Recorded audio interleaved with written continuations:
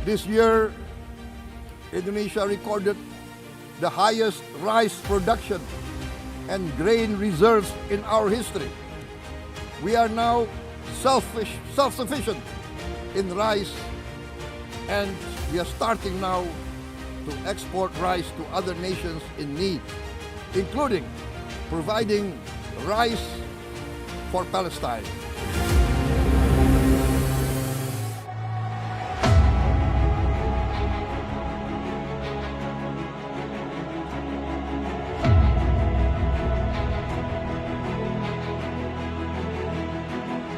Di awal pemerintahan Presiden Prabowo Subianto dan Wakil Presiden Gibran Rakabuming Raka, arah besar bangsa ini ditegaskan kembali. Pertanian menjadi urat nadi kemandirian, penjaga ketahanan dan harga diri bangsa.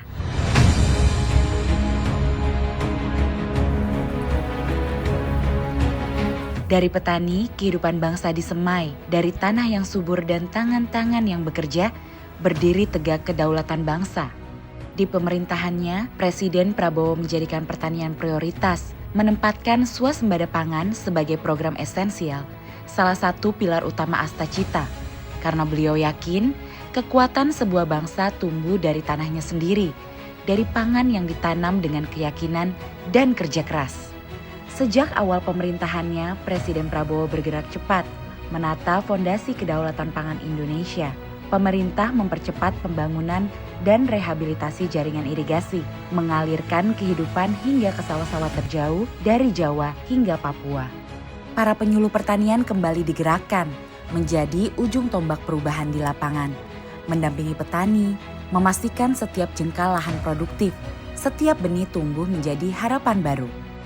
Di sisi lain, kebijakan pengadaan dan pengelolaan beras dalam negeri dijalankan, disertai dengan kenaikan harga gabah menjadi Rp6.500 per kilogram. Tak berhenti di situ, tata kelola pupuk bersubsidi disederhanakan, rantai birokrasi yang panjang dipangkas, penyaluran dipercepat, dan kini pupuk tiba tepat dan cepat di tangan petani yang berhak. Ya, semenjak pemerintahan sekarang ini alhamdulillah pupuk itu ibarat kata berlimpah lah. Yang penting kita itu sudah terdaftar di RDKK yang didata sama kelompok tani, nggak ada istilah kekurangan untuk wilayah sini dan mudah-mudahan sih untuk semuanya, para petani se-Indonesia. Langkah-langkah ini menjadi bukti nyata, pemerintah hadir sepenuhnya. Keringat petani dibalas dengan kesejahteraan, dan pertanian Indonesia melangkah pasti menuju swasembada yang berdaulat. Hasilnya terasa, produksi beras nasional melonjak. Badan Pusat Statistik mencatat, hingga November 2025, produksi beras Indonesia mencapai 33,19 juta ton, meningkat 12,62% dibanding tahun sebelumnya. Bahkan, sepanjang tahun 2025 ini, Indonesia berhasil untuk tidak impor beras medium. Ini bukan sekedar angka, ini adalah bukti kerja bersama. Prediksi lembaga dunia pun terbukti. Food and Agriculture Organization atau FAO memproyeksikan produksi beras Indonesia tahun ini mencapai 35,6 juta ton.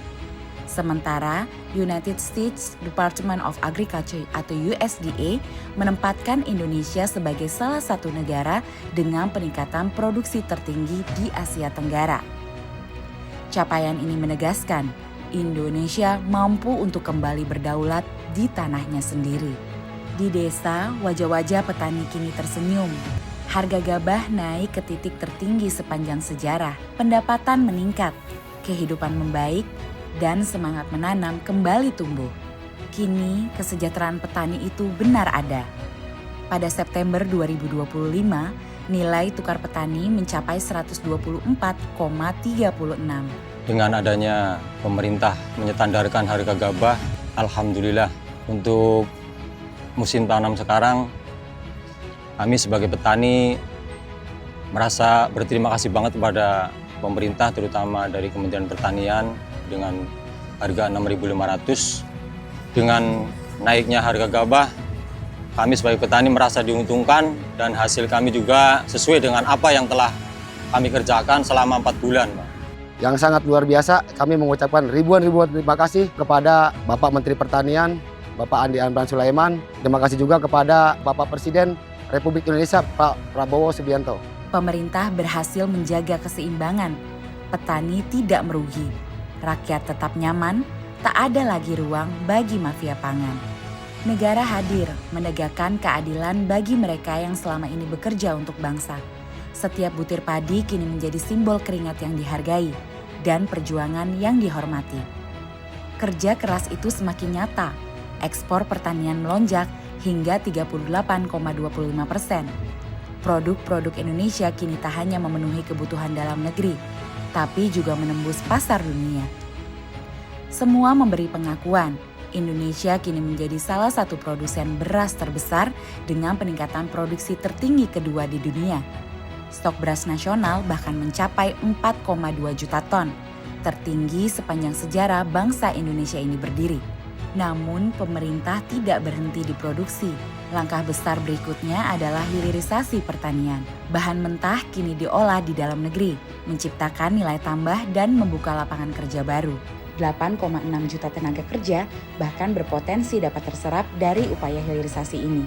Dari sawah hingga pabrik, dari desa hingga ekspor, seluruh rantai pertanian digerakkan untuk menciptakan kesejahteraan yang merata. Dampak besar sektor pertanian juga terasa pada ekonomi nasional. Badan Pusat Statistik mencatat, pada kuartal 1 tahun ini, pertanian tumbuh hingga 10,52%, menjadi sektor penopang terbesar ekonomi Indonesia. Fakta ini sekaligus menegaskan, pertanian bukan hanya stabil di tengah fluktuasi global, tetapi juga memiliki daya dorong luar biasa bagi kemajuan ekonomi bangsa. Inilah transformasi besar pertanian. Indonesia kini tidak hanya berdaulat pangan di rumah sendiri, tetapi juga berbagi untuk dunia. Sebanyak 10.000 ton beras dikirim ke Palestina, bukan sekedar bantuan pangan, tetapi pesan kemanusiaan yang mendalam. Indonesia kini mampu memberi, bukan lagi meminta. Dunia menyaksikan, Indonesia berdiri tegak di tengah krisis pangan global. 1 tahun kepemimpinan Presiden Prabowo Subianto dan Wakil Presiden Gibran Rakabuming Raka telah mengubah wajah pertanian Indonesia. Dari sawah tumbuh harapan baru. Dari tangan petani lahir ketahanan bangsa. Dari kebijakan yang berpihak hadir kesejahteraan nyata. Pertanian Indonesia kini berdampak untuk petani, untuk Indonesia, untuk dunia.